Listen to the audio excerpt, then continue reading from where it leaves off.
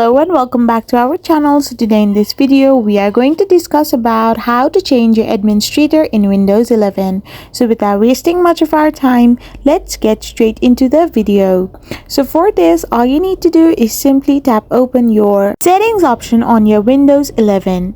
So once you have opened your settings, you will end up in this kind of interface.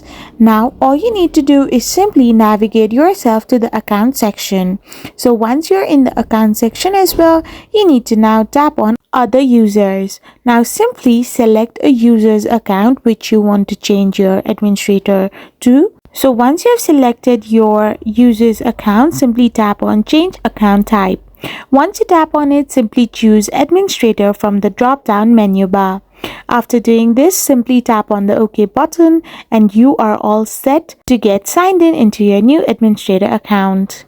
I hope you found this video helpful, so don't forget to hit that subscribe button and do give us a thumbs up. We will be back again with more informative videos like this. Thank you for watching.